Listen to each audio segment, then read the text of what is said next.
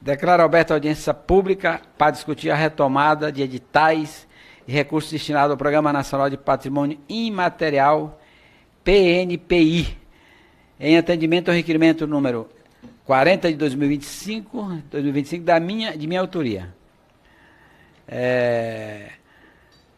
Os convidados para a audiência pública são o senhor Salatiel de Camarão, representante da CRIOT, forrozeiro de Pernambuco, a senhora Rosana Sampaio Pinheiro, advogada do Instituto de Direito do Patrimônio Cultural do Brasil, IDBC, BR, o senhor José Olímpio Ferreira Neto, coordenador da Administrativo Financeiro do Instituto Brasileiro de Direitos Culturais, IBDCULT.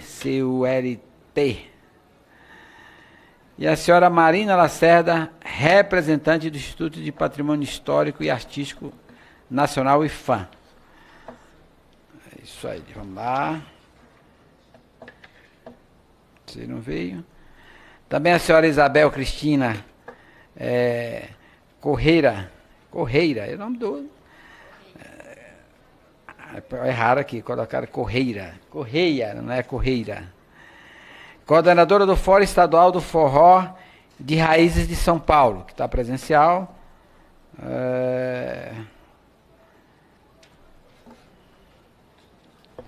Bom, nós vamos fazer o seguinte.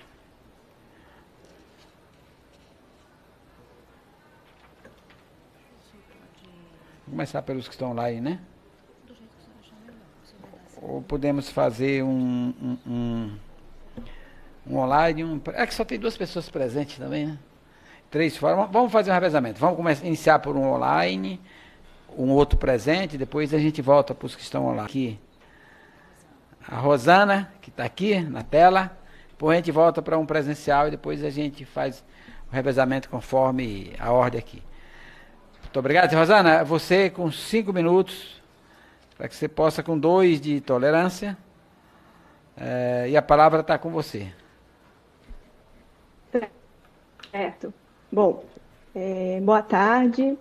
Essa matéria de patrimônio imaterial, essa descontinuidade de políticas públicas é mais do que a ausência de ação, vez que representa risco concreto de lesão à personalidade coletiva, porque a transmissão de saberes, práticas, modos de fazer, etc., ocorre no tempo e depende da continuidade, e tem como condição de possibilidade a existência ao longo de mais de 20 anos, instrumentos de fomento, editais periódicos, produção de indicadores, né, como os compêndios dos editais de 2005, 2010, 2011, 2015, a supressão ou interrupção dessas garantias configura retrocesso, e retrocesso em política pública que assegura exercício de um direito fundamental implica violação do dever constitucional, compromete a confiança legítima das comunidades e das instituições envolvidas na salvaguarda.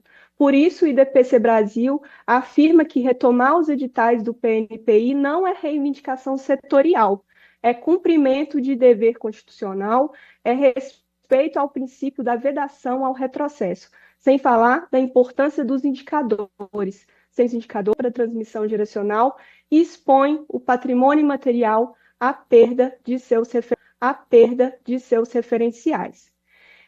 Então, retomar o PNPI é proteger esse direito fundamental ao patrimônio cultural. E é passo urgente e necessário para que o Brasil não retroceda naquilo em que já avançou, certo? E, mais uma vez, não por conveniência política, mas por obrigação. Muito obrigado, Rosana. Eu vou seguir com mais um que está online e passo agora para o senhor José Olímpio Ferreira Neto. 5 minutos e mais 2 de tolerância. Ok. Pode iniciar. Só um minuto. Ok. Dessa importante discussão, né, dessa audiência pública, para debater a retomada dos editais e recursos do Programa Nacional de Patrimônio Imaterial. Vou iniciar falando da participação popular. A gente tem um decreto 3551 de 4 de agosto de 2000, que institui o registro de bens culturais de natureza imaterial, que constitui o patrimônio cultural brasileiro, que o Programa Nacional do Patrimônio Imaterial e de outras providências. esse instrumento, o registro, ele tem guarida constitucional, no artigo 216, parágrafo 1º da nossa Constituição, né, que diz o seguinte: o poder público, com a colaboração da comunidade, promoverá e protegerá o patrimônio cultural brasileiro, né, por meio de inventários, registros e outros instrumentos, né, que estão dentro desse espectro do PNPI. Da redação, é importante destacar a participação popular na promoção e proteção do patrimônio cultural, algo que para especialistas e estudiosos da área, tais como o professor Dr. Humberto Cunha Filho, né, da Universidade de Fortaleza, que em um dos seus artigos recentes, intitulado Democratizando o Patrimônio Cultural e Material, ainda está muito aquém, pois o decreto citado acima, que deveria assegurar os ideais democráticos, ele não faz menção a palavras como democracia, liberdade, igualdade e povo. O autor destaca ainda que o artigo 2º do decreto, ele não tem entre as partes legítimas para provocar a instauração do processo as comunidades informais, né? Então, sendo assim, para assegurar a efetivação do princípio jurídico de base constitucional da participação popular, é preciso pensarmos em espaço de escuta, diálogo com as comunidades. Propomos, então, a instituição de um Comitê do Patrimônio Imaterial para implantar soluções para o PNPI. O referido comitê, com a presença de representantes dos poderes, incluído o povo, pode figurar como uma ponte de diálogo com a comunidade articuladora dos bens culturais, com comunicação contínua, para que não haja um eterno recomeço de processos. A gente também pensa da formação, né? Em alguns entes, né? Em alguns estados da federação e municípios, o legislativo vem reconhecendo bens culturais por meio de leis, o que é inócuo ou, no mínimo, estéril, pois já existe uma política do patrimônio material com decreto que regulamenta um instrumento constitucional de proteção desses bens, que identifica, reconhece e protege, apoia e fomenta os bens culturais e materiais. Então, não seguir o que está posto no decreto é retroagir, é um eterno retorno ao início. Sendo assim, seria preciso pensar em formação contínua para todas as pessoas envolvidas no setor ou em algum grau.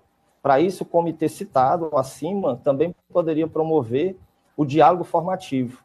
Aliado a isso, também propomos a estruturação de servidores para atuar no patrimônio material, tendo um quadro mais amplo, né, para o bom desempenho das funções no suporte, no apoio e das ações de salvaguarda. Ainda que, sob suporte logístico, com base na Constituição, é necessário destacar o artigo 215, cuja redação é a seguinte: o Estado garantirá a todos o pleno exercício dos direitos culturais e acesso às fontes da cultura nacional, apoiará e incentivará a valorização e a difusão de manifestações culturais. No seu parágrafo 3º, ele ainda indica que a lei estabelecerá o Plano Nacional de Cultura, que tem entre suas ações a defesa e a valorização do patrimônio cultural brasileiro, ao que estamos já, né, encaminhando. E ainda temos o artigo 216A, né, que fala do Sistema Nacional de Cultura, que tem entre os seus princípios o fomento à produção, difusão e circulação de conhecimento de bens culturais, que tem como hoje, né, o marco regulatório instituído pela Lei 14.875 de 2024, que era para garantir os direitos culturais, organizado em regime de colaboração entre os entes federativos para a gestão conjunta de políticas públicas de cultura. E também está em discussão, em aderência ao SNC, o sistema cultural. Mesmo com um notável avanço na atuação estatal de suporte logístico no setor cultural, é preciso vincular orçamento.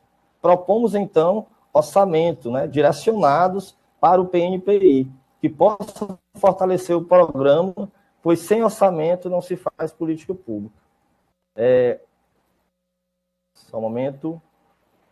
Então, é preciso ter um diálogo contínuo para que a lógica das comunidades possa ser compreendida pelas estruturas do Estado e que sejam feitas adequações para promover e proteger os bens culturais e materiais. Só assim podemos exercer uma cidadania cultural que, conforme a filósofa Marilyn Chauí, esboça-se pelo direito de produzir cultura, direito de usufruir dos bens culturais, direito de participar das decisões e direito à informação no campo cultural. Esses pilares estão marcados nas estruturas normativas e princípios dos direitos culturais que tocam o PNPI. É preciso fortalecer o programa e que as discussões odiernas atinentes à cultura possam ampliar o espectro das ações do PNPI de forma contínua e dialogada com a comunidade. Agradeço imensamente a oportunidade desse diálogo. Muito obrigado. Muito obrigado, José. Bom, agora nós vamos fazer com um presente, ou aliás, uma presente, que está aqui a Isabel. Começar pela Isabel e depois a gente volta para o último online que está ali, já aguardando. E depois passamos para... Oi? Posso sugerir que o único mestre dessa mesa possa falar agora? Não, Mestre Salatiel. você que manda. Então vamos para o mestre Salatiel e depois voltamos para as duas integrantes que estão na mesa, para que a gente faça a parte final. Mestre Salatiel, estou te vendo e é com você. Boa tarde a todos e a todas, às autoridades e a todos. Me encontro na condição de mestre griot da cultura reconhecida como patrimônio material brasileiro, denominada de forró, e venho, no caso, acrescentar duas questões aqui, que são questões práticas para trazer soluções em relação a essas várias reivindicações que estão sendo citadas aqui. Uma delas é a questão da estruturação do departamento, né, do IFAM, nas superintendências estaduais, com a presença de técnicos com formações com áreas das ciências humanas, principalmente, como sociologia, comunicação social, e entre outras, que possa facilitar a gestão da PNPI, né, junto aos detentores dos bens registrados, como capoeira, como forró e dentre outros, para que possa ter uma interlocução dos institutos com essas entidades que representam esses territórios, sociedades que representam esses patrimônios, para tanto informar questões, mas também a questão da formação sobre a salvaguarda desses patrimônios que aqui estão sendo citados.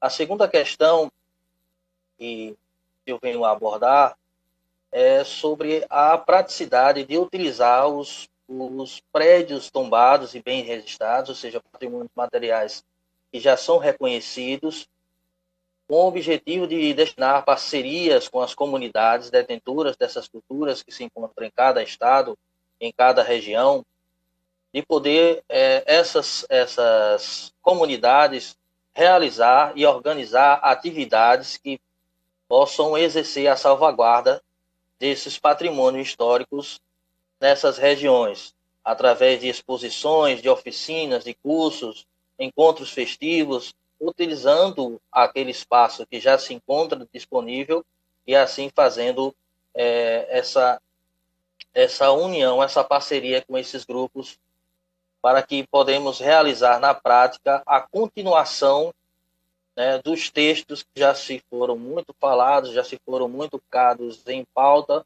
mas na prática existe ainda um hiato entre a teoria e a sua praticidade, a sua execução.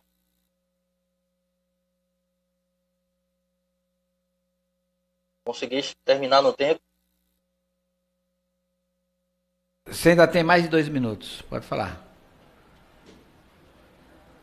Bom, outra questão interessante que podemos citar é a criação de um Comitê Nacional do Patrimônio Material, e aí a Isabel pode falar com mais propriedade sobre isso, né, onde a gente possa juntar a questão de uma quadripartite com legisladores, gestores do executivo, juristas e detentores civis e gestores de bens registrados, né? Como a capoeira, como as parteiras, como o repente, como o forró, para discutir e elaborar soluções com o objetivo de alcançar a implementação plena da PNPI. Então, são essas 3 observações que eu trago para que a gente possa avançar na questão de uma prática, né, na execução dos direitos estabelecidos pela Constituição Federativa Brasileira em relação ao direito à cultura e o direito a ser executada mesmo. Muito obrigado, mestre Salatiel. Agora nós vamos aqui para a mesa, iniciando aqui por a Isabel Correia, que terá também 5 minutos, mais 2 de tolerância.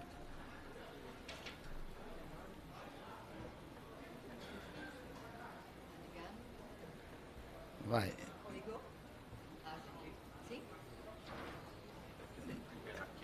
Testa aí. Eu pensei. Agora foi. Agora foi. Mais conhecida como Isabel Santos, sobrenome composto. Gostaria de, primeiramente, agradecer a oportunidade desta audiência, agradecendo ao Alfredinho pelo apoio da nossa solicitação e ao acolhimento pela presidente da Comissão de Cultura da Câmara a respeito do PNPI. É um tema extremamente importante, de uma política pública de 25 anos e que ainda precisa avançar muito na sua implementação. Permita-me me apresentar. Sou uma mulher de pele clara, olhos castanhos, baixa estatura, cabelos curtos e estou usando uma blusa bordada bege e calça azul escura. Sou gestora cultural, pesquisadora e dançarina, atuando em processo de salvaguarda de patrimônio material, coordenando um fórum social estadual do forró em São Paulo e participando como conselheira de outros bens. Na última década, tanto na fase pré e mais enfaticamente nos 4 anos pós-registro do forró como bem imaterial, devido aos trabalhos na implementação do seu plano de salvaguarda, a frase mais frequente que ouvimos é: infelizmente não temos recursos para as ações deste ano. Ou, essa reivindicação é inviável por falta de recursos. Essa constante justificativa que impede de seguir com a implementação das ações de sustentabilidade dos bens registrados tem impactado negativamente a credibilidade dessa política pública, desmotivando quem está envolvido e, principalmente, provocando o afastamento e o não envolvimento de quem desconhece esses processos, muitas vezes impactando moral e psicologicamente aqueles detentores e agentes que estão à frente da organização dessas comunidades. Considerando que a principal motivação pela qual essas comunidades detentoras dedicaram anos de esforços, recursos próprios e tempo de vida nas mobilizações para esse reconhecimento, o sentimento que fica é que de todo esse esforço não valeu de nada. Em 2011, esse programa já foi reconhecido pelo Comitê Intergovernamental da Unesco para a Salvaguarda do Patrimônio Cultural e Material como um dos programas que melhor refletia os princípios e objetivos da Convenção para a Salvaguarda do Patrimônio Cultural e Material, que ocorreu em 2003. Devido a esses resultados entre 2005 e 2010, após um intervalo de absoluta ausência de recurso entre 2015 e 2023, um novo edital do PNPI foi lançado com um valor incompatível à demanda devido às dezenas de bens reconhecidos e, apesar da acanhada campanha de divulgação, os poucos projetos dos detentores proponentes aprovados ficaram sem recursos, aguardando até agora a promessa de suplementação de verba. Sabemos que a discussão do orçamento público ocorre anualmente nos últimos meses, com o Executivo encaminhando seu planejamento do projeto da Lei Orçamentária Anual ao Legislativo, o qual, por sua vez, faz ajustes, finalizando e aprovando a peça orçamentária. E daí em diante segue-se a execução dos recursos destinados a cada rubrica, mediante confirmação da arrecadação de impostos. Assim sendo, acreditamos que o PNPI não tem sido alvo de priorização das gestões nos últimos 10 anos, apesar de ser o único programa destinado à promoção e proteção do patrimônio material do país até então. Fica a pergunta se isso se deve a questões de regulamentação.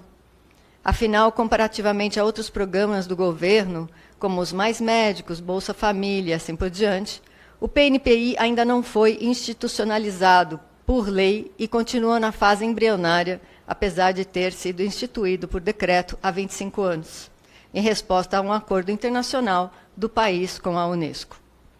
Assim sendo, é compreensível que o PNPI segue sem recursos recorrentes e inexequível, a menos que haja uma atenção e auxílio dos parlamentares desta Casa, para que consigamos incluir dotações no orçamento federal anualmente, destinando valores para sua execução, além de estabelecer uma força-tarefa para a regulamentação desse programa e do setor. Considerando que o tema do patrimônio material tem características de transversalidade, isto é, para além da cultura, dialoga também com a educação, saúde, turismo, agricultura, tecnologia, direitos humanos, relações exteriores, entre outros, esta rubrica pode ser replicada com dotações orçamentárias em diversos campos do orçamento, diluindo o impacto de alocação de recursos pela distribuição nessas várias pastas, facilitando atender à execução das ações de salvaguarda nas suas várias dimensões, acreditando que esta comissão é formada realmente por pessoas ligadas à cultura, compreendendo sua dimensão humana, simbólica e fundamental, é desnecessário discorrer mais sobre sua relevância. Felizmente, a criação de um Fundo de Patrimônio Cultural está tramitando nessa Casa através do PL 1868 de 2021, mas em seu texto não está explícito a reserva de recursos destinados ao patrimônio material. Ainda há tempo de discutir essas adequações, garantindo uma cota de destinação ao patrimônio material, ainda que esses recursos tenham que ser transferidos em forma de editais, uma vez que, por hora, o mapeamento desses fazedores de cultura ligados aos bens registrados é inexistente. É fundamental que esses editais tenham características que permitam que o recurso seja executado pelas comunidades detentoras e seus agentes, ao invés de atender somente a instituições formalizadas, desvinculadas das vivências desses detentores. O novo marco regulatório do fomento à cultura, regulamentado pela Lei Nacional 14.903, de 24, trouxe uma tratativa mais adequada à contratação dos serviços culturais, permitindo inclusive a participação direta dos fazedores de cultura como pessoas físicas e suas entidades simbólicas. Nesse momento, está se discutindo no Executivo a elaboração do marco regulatório do patrimônio cultural e esperamos que esse seja ainda mais impactante nesse sentido, apresentando uma desburocratização totalmente compatível com a possibilidade de participação dos detentores de quaisquer expressão, permitindo-os continuar existindo na sua forma original, simbólica, colaborativa, circular, solidária, sem sofrerem os pesados custos e códigos jurídicos da pejotização de suas relações. Terminando, em vista do pouco tempo dessa audiência, para tratarmos de mais aspectos da regulamentação na implementação do PNPI, concluo a exposição das justificativas sobre o orçamento, propondo o encaminhamento da criação de um Comitê Nacional de Patrimônio Material quadripartite, multidisciplinar, composto com legisladores, servidores do Executivo, juristas e detentores civis, gestores de bens registrados, com o intuito de avançar e alcançar a plena efetivação desse programa. Outros pontos de pauta sobre o PNPI que gostaríamos de abordar são a Lei de Fundo do Patrimônio Material, Lei de Inovação e o Mapeamento das Comunidades Detentoras, normatização para a concessão dos espaços públicos tombados e comunidades detentoras de bens registrados, a ampliação da estruturação do Departamento do Patrimônio Material nas superintendências estaduais do IPHAN e a criação de canal de ouvidoria no Ministério Público específico para atendimento de pautas de proteção do patrimônio material, considerando que os institutos de proteção em vigor não se demonstraram adequados para esse fim até então. Certos de podermos contar com uma prestimosa atenção a esse tema, seguimos esperançosos que 2026 será um ano de importantes marcos dessa política. Obrigada. Obrigado, Isabel. Conseguiu, você trouxe aí um livro e conseguiu ler tudo aí. Boa. Nos 7, 8, 9 minutos, não é? Usou os 7 e mais um pouco. Mas como eu vi que você estava, muito importante que você tinha para passar para todos nós aqui, eu não interrompi não, deixei ela continuar, para que você pudesse apresentar tudo que você trouxe aqui e dar conhecimento a todos nós. Bom, agora eu passo a palavra para a Marina Lacerda, que é do IPHAN, como a última participante aqui da nossa mesa. né, e dos 5 convidados aqui que compareceram. Obrigada. Bom, primeiro eu gostaria de agradecer imensamente o convite para participar dessa audiência pública e agradeço em nome do nosso presidente, Leandro Graz, presidente do IPHAN, e do nosso diretor do Departamento de Patrimônio Imaterial, Davidson Guzmão. Cumprimento a mesa na pessoa do deputado Alfredinho, autor da solicitação dessa sessão, reconhecendo o empenho do Parlamento em dar visibilidade a um tema tão urgente para o país.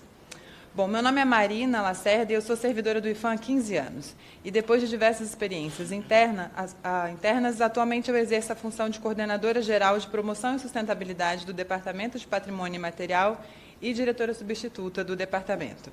E é a partir dessa trajetória que eu trago aqui algumas contribuições. Bom, depois, agradeço esse debate necessário para ampliarmos os editais de fomento e, em especial, o PNPI. Trata-se de uma demanda central para as comunidades e para o fortalecimento das políticas públicas de salvaguarda. E ainda mais em um momento em que a lei orçamentária não foi votada onde é possível pensarmos em ajustes, e nas possibilidades também de emendas parlamentares para viabilizar ações estruturantes. Este ano, o IPHAN contou com um orçamento de aproximadamente 64 milhões, dos quais mais de 10 milhões foram destinados ao patrimônio cultural e material. Sabemos, porém, que esse valor não é suficiente se considerarmos a multiplicidade e a complexidade das demandas trazidas pelas comunidades detentoras e pelas superintendências do IPHAN em todo o território nacional. Por isso, trabalhamos também com outras fontes de financiamento, como a Lei Rouanet. O IPHAN tem trabalhado no estímulo de Lei Rouanet específica, para patrimônio, a PENAB, algumas leis de incentivo estaduais, municipais, além das fundamentais emendas parlamentares que têm sido essenciais para ampliar o alcance das nossas ações. No final do mês passado, conseguimos empenhar os 9 milhões que ainda estavam pendentes do edital de 2023, totalizando mais de 23 milhões nesses últimos 3 anos para o PNPI, num total de 58 projetos que foram alcançados com esse edital. Com isso, estamos em plena execução dos projetos aprovados e ainda no início, que foram aprovados desde o início da gestão do presidente Lula, Leandro Graz, reafirmando o compromisso institucional com a continuidade e o fortalecimento das políticas de salvaguarda. Eu gostaria de destacar um exemplo que dialoga diretamente com a demanda desta audiência, por mais editais. Estamos viabilizando um edital para mestres detentores que será executado pelo Estado do Rio de Janeiro. O IPHAN tem algumas divisões, os editais são realizados pela área central, em alguns momentos, ações pelas superintendências do IPHAN. Que foi uma emenda apresentada pelo deputado Pastor Henrique Vieira, de 1 milhão, e essa é uma iniciativa extremamente simbólica e necessária, que gostaríamos de ampliar para todo o Brasil. Mas, para que isso seja possível, é indispensável um aporte mais robusto de emenda parlamentar que permita a expansão e a sustentabilidade desse modelo.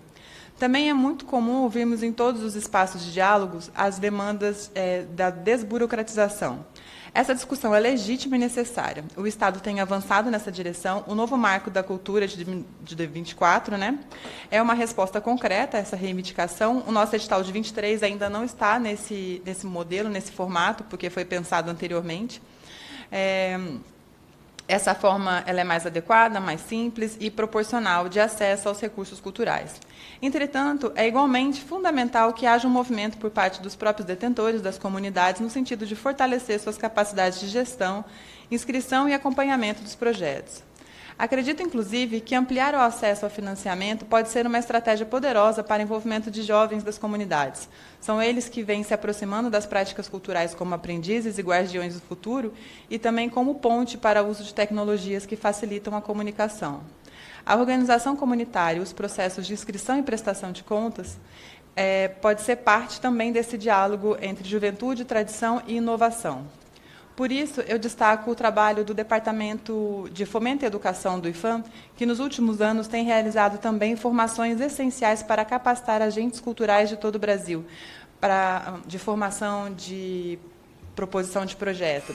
Esse trabalho tem democratizado o acesso aos recursos e permitido que as comunidades de diferentes regiões, perfis e realidades possam participar de editais do IPHAN ou de outras possibilidades de fomento, fortalecendo as práticas de salvaguarda. Reitero, portanto, que a ampliação dos editais e o fortalecimento do orçamento e o diálogo com o Parlamento são caminhos fundamentais para consolidarmos políticas públicas duradouras de patrimônio cultural e material. Agradeço mais uma vez esse espaço e reafirmo que o IPHAN está completamente aberto ao diálogo, à cooperação e à construção conjunta, e especialmente considerando que a formulação do próximo PNPI, né, seria agora para 2026. E gostaria de destacar aqui que o IPHAN, com esse recurso orçamentário, ele não realiza só os editais, ele também realiza ações diretas, como, por exemplo, a construção de planos de salvaguarda. Mestre Salustiel falou sobre a indicação de ações acesso a espaços, gestão desses espaços, possibilidades de criação de lugares de referência para o patrimônio material, né?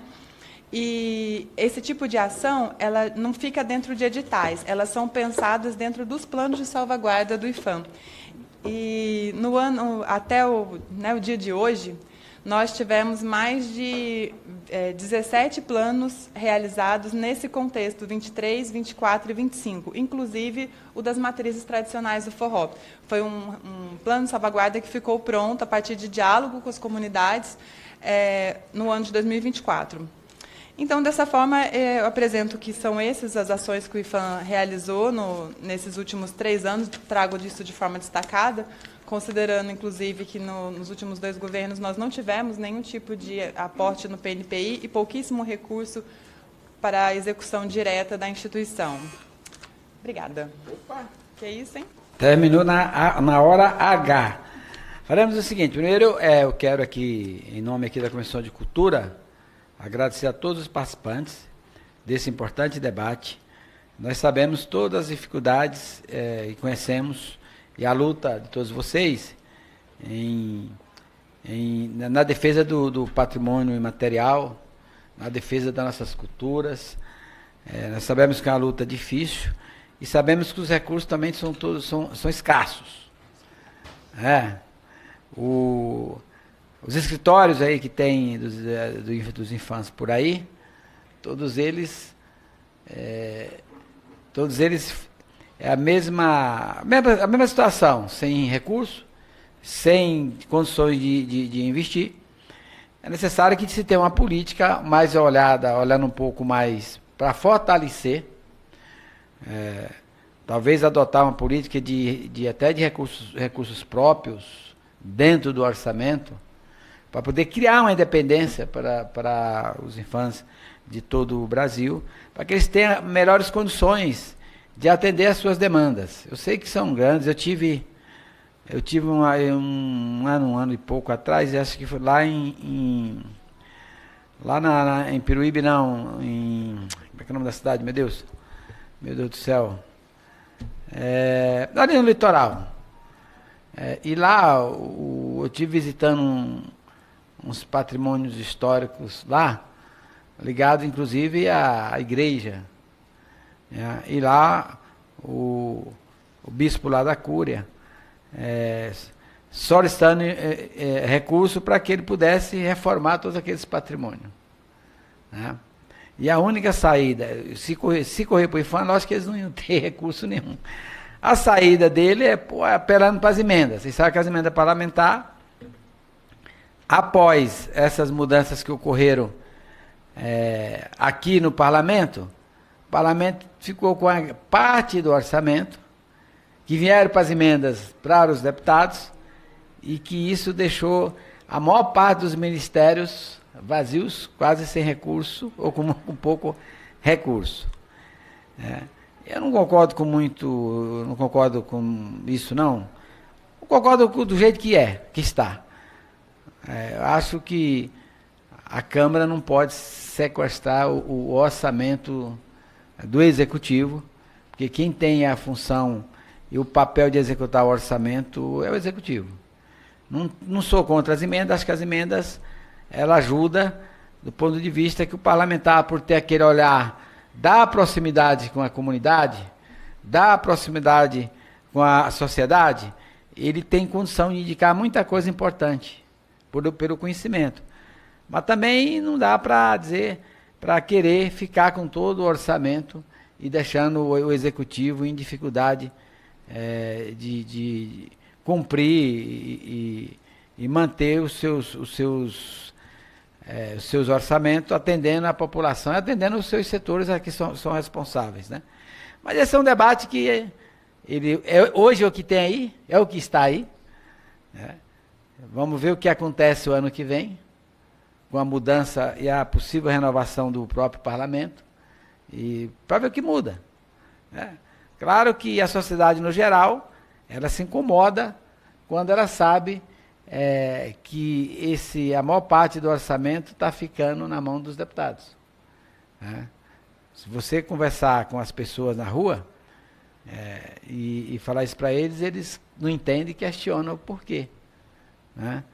Mas foi política passada, que foi forma que quem estava administrando lá no passado achou para poder ter o controle do Congresso, os votos que precisa aprovar aqui no Congresso.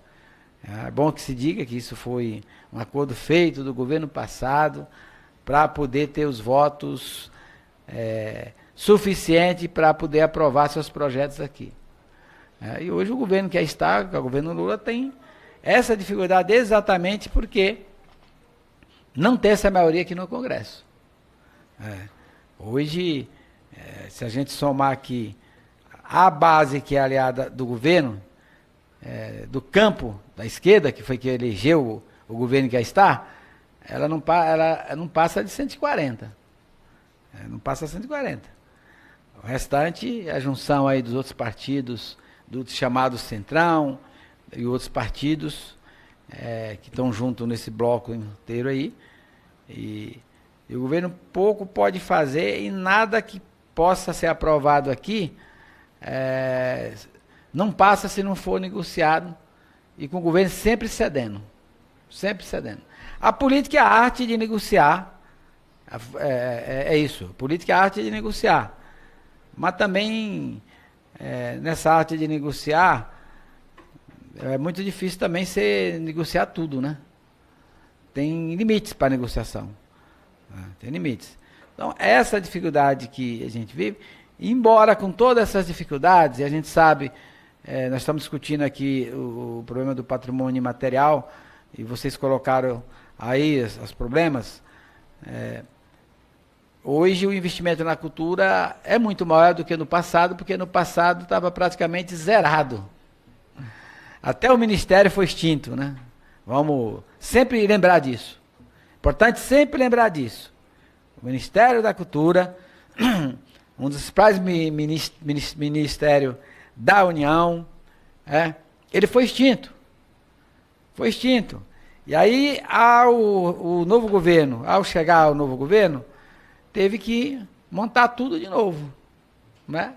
Inclusive, os cargos de funcionários que lá estavam para poder fazer os atendimentos já não existiu mais.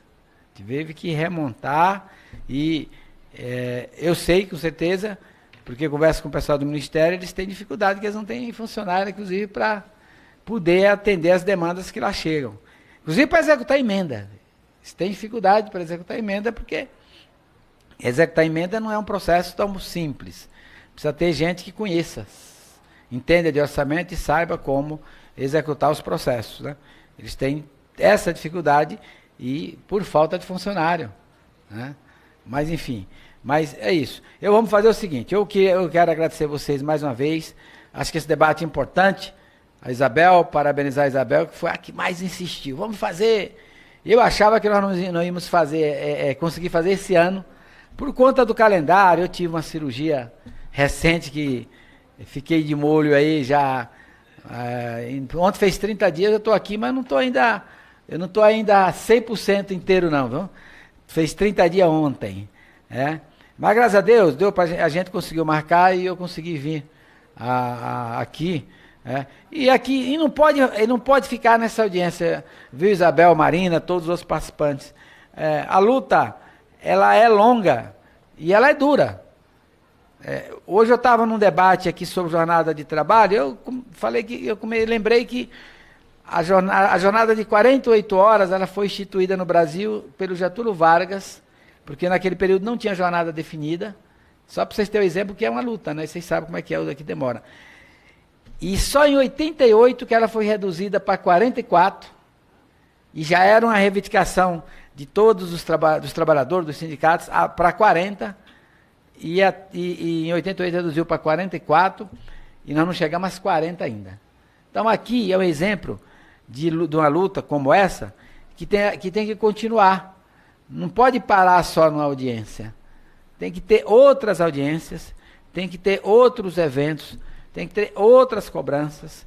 Temos que, inclusive, cobrar mais o Ministério, com todas as dificuldades que tem, que a gente conhece, mas o Ministério também, comprando a briga e ajudando, certamente vai ajudar também todos vocês. Todos vocês. Eu acho que essa coisa, eu acho que a questão do IFAM hoje, que todos eles são escritórios, né? É uma luta que a gente tem que saber como faz para criar uma estrutura mínima, porque tem diretor aí de IFAM que não tem nenhum carro para fazer uma visita em algum lugar, em alguma cidade do estado onde ele é responsável. Pelo menos os relatos que eu tenho recebido. Que ele fica lá paralisado, não quer ir fazer uma visita, conhecer um patrimônio histórico no município, e ele não tem um carro algum. Segundo eles vão de ônibus, muitas vezes pagando do próprio bolso. Então, é isso, vocês podem contar comigo, e eu já falei muito, vou fazer o seguinte, eu vou passar 2 minutos para cada um se despedir, agradecer de antemão a todos, e começamos pela Isabel, que já está aqui, vem para cá, para a Marina, e depois vamos para o pessoal que está online. Muito obrigado, gente. Obrigada, Alfredinho. E as considerações finais, a gente realmente, todos aqui que pedimos e estamos participando desse encontro, estamos sugerindo exatamente para continuarmos esse diálogo, a criação desse comitê do patrimônio material, porque assim a gente consegue avançar de uma forma mais pragmática na implementação do programa, com todos conversando com esses olhares multidisciplinares. Então, teríamos aí os legisladores, os técnicos do IFAM, os juristas e a comunidade. Com isso, isso ajudaria muito na aceleração da implementação do programa. Marina, a gente chegou a propor um edital para São Paulo e nos foi falado que isso seria impossível. Por isso, quando você traz que Rio de Janeiro teve um edital específico para o Estado, para nós fica um pouco surpresa. É uma surpresa. E execução de emendas, Alfredinho, podem ser feitas através de termos de colaboração. De repente, por exemplo, nós temos na pauta da produção de uma plataforma livre, de software livre, para fazer o mapeamento dos detentores. E isso poderia ser encaminhado para uma universidade, como a gente já fez essa parceria para essa execução com uma universidade bem reconhecida nessa área de tecnologia de informação, que é a UFABC, que cuida, inclusive, dos dados do MINC. Então, enfim, mas como existe a discussão do orçamento agora, gostaria de contar com esse olhar carinhoso para o PNPI, com dotação orçamentária nas diversas pastas em que é possível executar dentro da cultura, da tecnologia, da educação, porque são várias as pautas dentro desse assunto. Muito obrigado e até a próxima.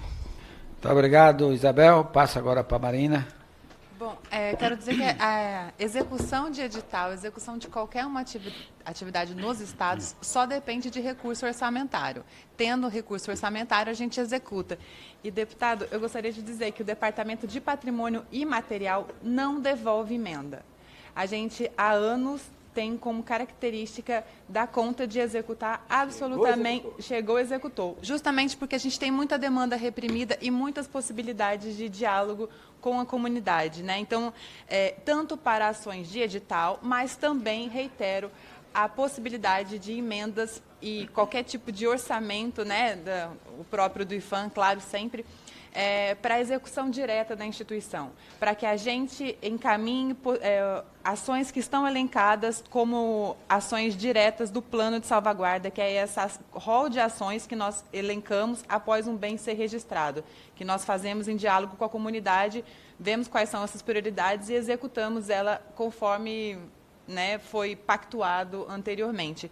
Então, coloco à disposição o Departamento de Patrimônio Imaterial, o IPHAN para o diálogo, mas principalmente, acho que tem que ficar claro que a dificuldade da instituição hoje é o recebimento de recurso orçamentário para a execução.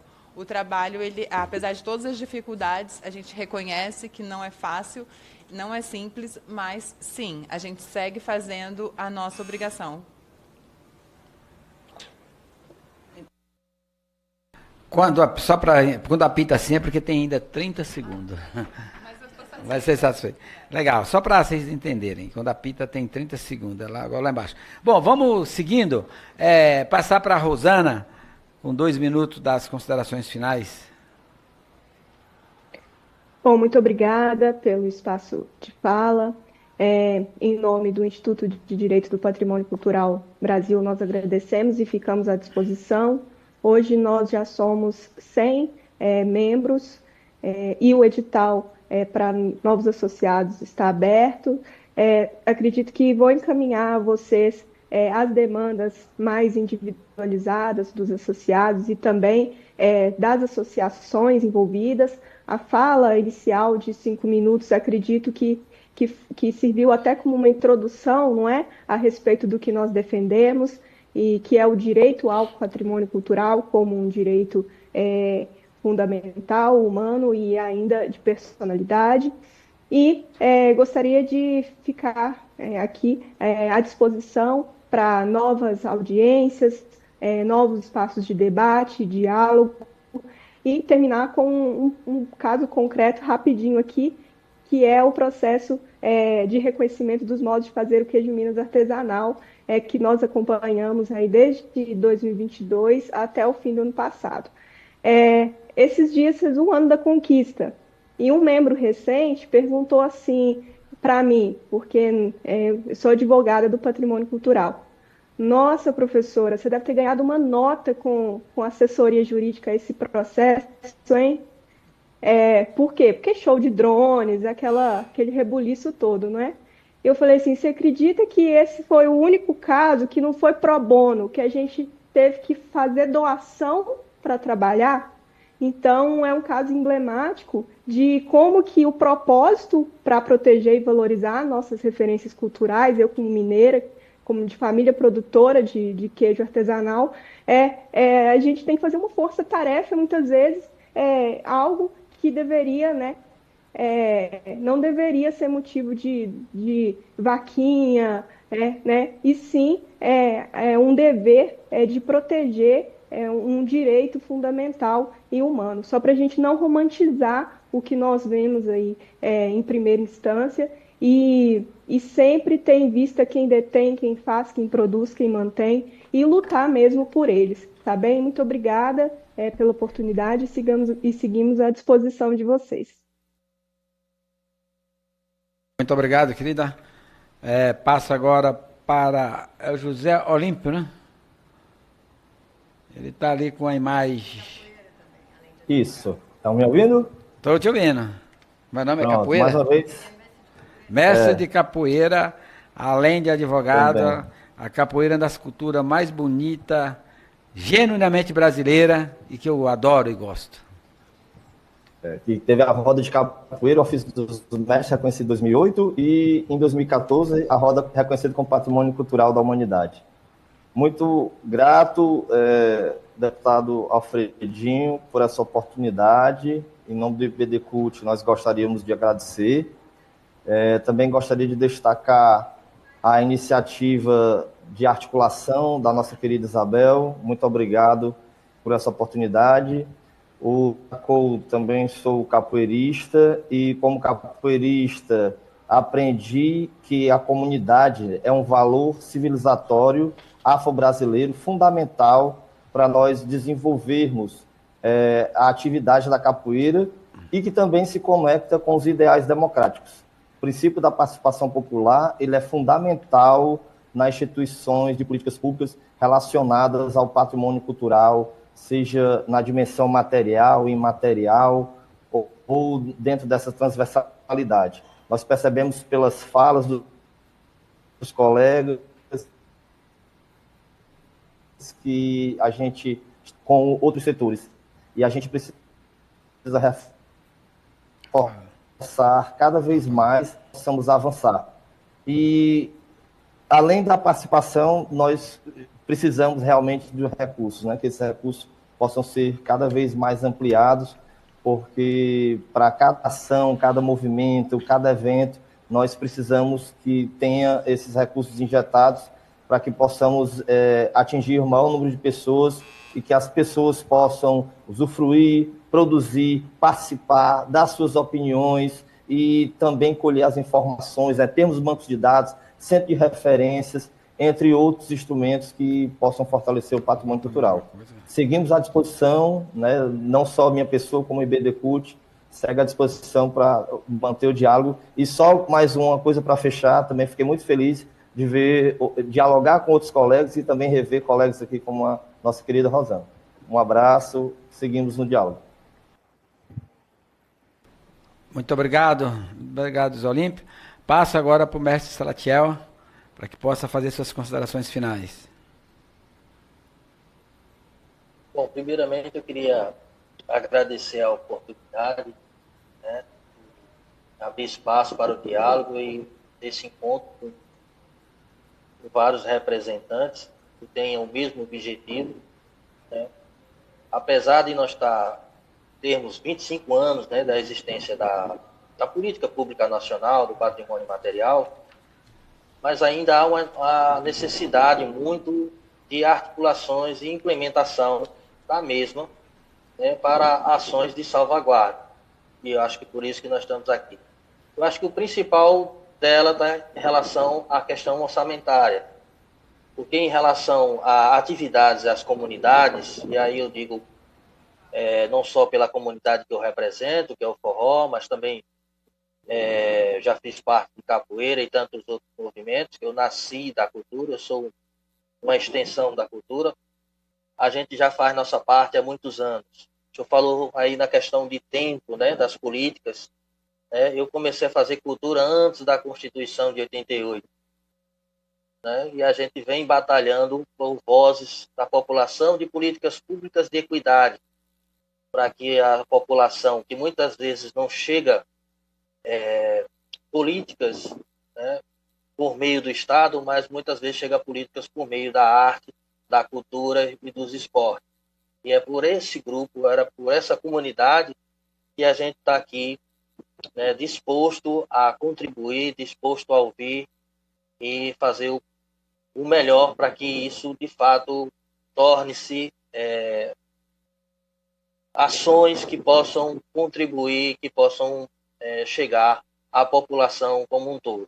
Quero agradecer a Isabel por estar aí com a bandeira na frente, aí, sempre lutando e abrindo oportunidades de diálogo, né, com as instituições e nos convidando para participar. Mais uma vez, grato a todos por essa oportunidade. Muito obrigado, professor Salatiel. Bom, aqui para darmos aqui o final da nossa reunião, eu preciso ler isso aqui. Ler aqui a ata, a aprovação da ata. Bom, considerando que esta poderá ser a última reunião da comissão em 2025, claro que a depender da sequência dos trabalhos na Câmara dos Deputados, propõe a aprovação da ata desta reunião nos termos do parágrafo 3º do artigo 97 do RICID. Aqueles e aquelas que aprovam, permaneçam como se encontram. Aprovado a ata. Quero agradecer aos senhores convidados pela contribuição para a discussão do tema. Agradeço ainda a presença dos colegas parlamentares, apesar que foi só eu presente, mas tudo bem, e todos os presentes, e nada mais havendo a tratar, declaro encerrada a presente reunião. Muito obrigado, gente.